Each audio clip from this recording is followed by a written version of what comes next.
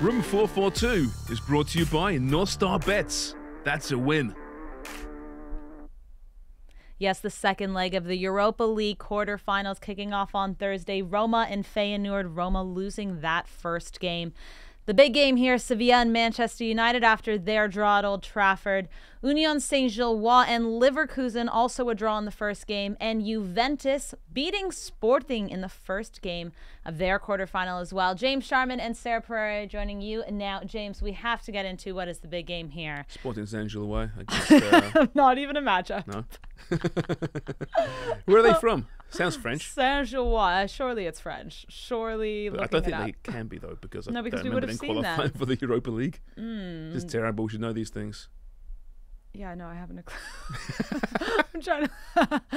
Good for them. Good for them. Yeah, I know Juve beat Sporting. We thought, I don't know, I think Sporting could have had a good chance there. That could be an interesting game, to be fair. And yeah, absolutely. Yeah, Sporting need that as well. Yeah. As do Juve, mind you. What a dreadful season for them. You know, on so Juve many might be levels. getting their points back. Eh? It's being determined today. So that whole Serie A might be flipped upside down on its head very soon.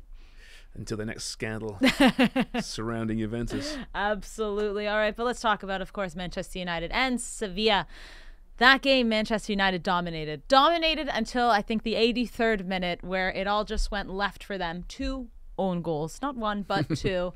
And great for Sevilla, because now the second leg is at home in Seville, the Sanchez Pizjuan. Very, very difficult place. Yes, and Nesiri, very happy with that one. Not to mention, Manchester United are going into this match heavily injured. We are talking Rafa Varane, Marcus Rashford, Lisandro Martinez, and of course, Bruno Fernandes suspended. Yeah, not great. I mean, you talked about that last game against Sevilla last week. The 2 on goals gets bad enough. You know, giving up a 2-0 lead bad enough, but you lose Varane and then you lose Lisandro Martinez for the season. I mean, what a disaster. I mean, it couldn't go much worse. Only thing that can make it worse would be Harry Maguire scoring an own goal. Jack did that as well. So, yeah, I mean, not great. And obviously missing Marcus Rashford potentially hasn't been confirmed just yet for this one, and will be a big loss. They did respond by beating Nottingham Forest domestically and then have Brighton this weekend in the FA Cup. Kind of got me thinking, like, what is the bigger for them? Is the FA Cup or the Europa League? We discussed yesterday Premier League or Champions League for some teams, right? This one I gave more thought to. It's a tough one. I think it's, even though I love the FA Cup, I think it's probably still the Europa League for Manchester United. Regardless, they want to start getting trophies once again. Yeah. And they got that, of course, with the League Cup recently. But overall, this is a big game for them, right? Against a team that they should beat, because Sevilla's been very, very pedestrian all season long. Sure. They're 13th in La Liga right now. Yep.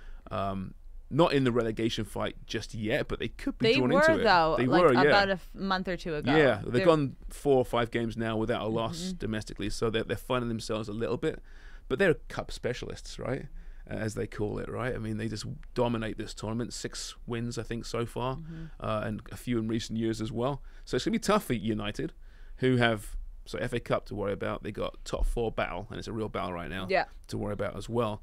So I'm not sure where Erik ten Hag's eggs will be put into which basket. That sounds really bad, doesn't it? But you get what I'm saying here. Yeah, well, let's talk about that. The potential Mickey Mouse triple, the treble. Yeah, Mickey Mouse. I'm now using Mickey Mouse. I love it. The Mickey Mouse treble. Yeah, so they have the Carabao Cup, of course, and then FA Cup, Europa. I'm with you. I think Europa is more important here for Ten Hag and the boys in red. Because let's be serious, no one cares about the Carabao Cup. I think we've already forgotten that they won it at this point. FA Cup in Europa, I think it's just the fact that it's a European competition versus just a domestic cup. But I know the FA Cup is big, and it could be a Manchester derby, which makes it even more exciting in the final. But Brighton's not gonna let these guys get past them easily. Yeah, I think so too. I mean, I'm hoping Brighton winning the FA Cup would be class, wouldn't it? It'd be incredible. But of course, they'd probably have to get through Man City, I would think. Yeah, easy. Well, they'll be in the Champions League and competing for the title, so they'll probably be like, all right, fine. Yeah, you have that. Yeah, cheers. Perhaps, yeah, I guess so. But the fact that we're talking about United, back in contention for trophies again, have they turned the corner? Yes, they have turned the corner. Are they back to the Fergie glory days? Not just yet, but I think this summer is going to be fascinating in the transfer market, because they're going to throw some money at this club, up front in particular, with Harry Kane being mentioned. The dark cloud looming over United still, though, is the ownership. Will they be sold? Will they not be sold? And the reports this week were that the Glazers want more about investment in the club, which will allow them to retain ownership, which would just break the hearts of so many United fans out there because of this Glazer era being so awful, as they use it for their own personal cash box.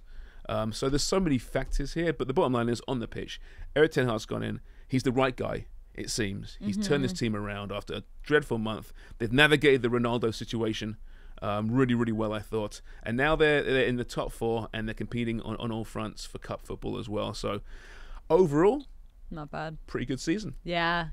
Let's look back into this game, though, against Sevilla. Obviously, I think the biggest loss here, I mean, there's a couple. I think it's the combination of Varane and Lisandro Martinez. But Bruno Fernandes, just been incredible for United. Such a playmaker, scoring goals and setting them up. And I think it's such a pivotal point for them in the middle. I'm a bit worried to see how United fend in this situation without those major players. I mean, as we saw Harry Maguire, last game, our one of our producers, Edwin, actually just wrote a piece on this. Make sure you check that out, Room 442. But he was saying that, of course, Manchester United fans are really not, or rather Sevilla fans are hoping that Harry Maguire starts, because they're so unfair. He's a good player. He is, and I stand by that. He's a good player. He's a good player. He's had some bad England. moments at, well, it's a pretty big stage, European Cup finals and but it's like it's two different World Cup players. semi-finals. I know it is. It's crazy. He probably needs to move away at some point, and he'll be very good once again. But he's under pressure, no doubt. He's still the captain officially, right? But yeah, back to Fernandes. That's a huge loss. Yeah. Casemiro's back in there. That's big. I will say they got some more depth than I thought. Scott McTominay. Listen, he's no Bruno Fernandes, obviously, but he's played really well this year when he's given this opportunity. He's scored goals for Scotland, I think 4 in 2 games the last window. He'll get his opportunity. Anthony Martial's got to step up at some point, and Anthony, who looked really good last week. And our boy Mikey Sim was saying he's beginning to justify his £81 million price tag, but he's up for a big game tomorrow. They need creativity and goals in somewhere in the absence of Fernandes. Yeah, because remember, they're going up against Moroccan goalkeeper Bono, who is, we all know, very, very good at what he does. Really quickly on Sevilla, we've mentioned they're 13th in La Liga. Sevilla usually one of the top 4, top 6 in La Liga, always participating in Champions League or Europa League, giving Barcelona, Real Madrid, and Atletico a run for their money when it comes to La Liga. But this year, something is shifting. What is it? Well, I'm wondering if it's the situation with their managers, because I think a lot of us forget they are on manager number 3. Yes, Lopetegui went to Wolves, obviously, earlier in the season. Then they had Chilean Sampaoli come in, who is kind of a sporadic, crazy manager. So I'm not shocked that he didn't, know what to do with the squad. And now they have Mendilibar come in, and he's only been there for about a month and a half, I want to say now. And turning things around, it seems, though, right? Yeah, definitely. But it's a matter of, I guess, getting the team together, playing these games. The thing is I think they are going to be more focused on the Europa League, because they're 13th in La Liga. Yeah, you can get up there, but they're not like. They're like the Real Madrid of the Europa League. There you go. Right? They just hit the switch. All right. Or Villarreal. Or, what is about Spanish teams in Europa League? What is about Spanish teams in Europe? In general, Europe. Yeah, that's a valid point. Maybe they're the best footballers and best teams. Maybe we have to give La Liga more credit. I've been saying it. But we'll give them enough credit, I think. It's fair enough, right? I mean, maybe us financial issues aside, right? They are what they are. I mean, La Liga, we're going on a tangent here, right? But La Liga's been technically the most dominant league for a long time. Yeah. Right? And when you see a Sevilla, who generally speaking, if you break down leagues in like the top teams, and then you got the next echelon, Sevilla's always at the top of that next echelon, right? Don't you think? Yeah. And always they should break into that top elite, but they haven't quite got the ownership structure, haven't quite got the money to be there. But I mean, the last decade or so, they've been fantastic. Yeah. No, it's an interesting story. I mean, one like similar to Chelsea's, where they've been going through managers, but obviously without the funds. But very difficult season for Sevilla. But obviously Manchester and Sevilla going head to head at the Sanchez Pizjuan on Thursday. James, really quick, who is winning this game?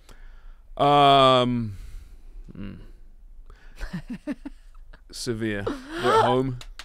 They're at home, and the injuries are significant for United, and the suspension, of course, to Bruno Fernandes. All right. Well, I'm going to stick with Sevilla as well, just because. Let's keep those Spanish teams in the Europa League, and you know how I feel about Manchester United. Sevilla, Manchester United, Thursday in the Europa League, the second leg of the quarterfinals.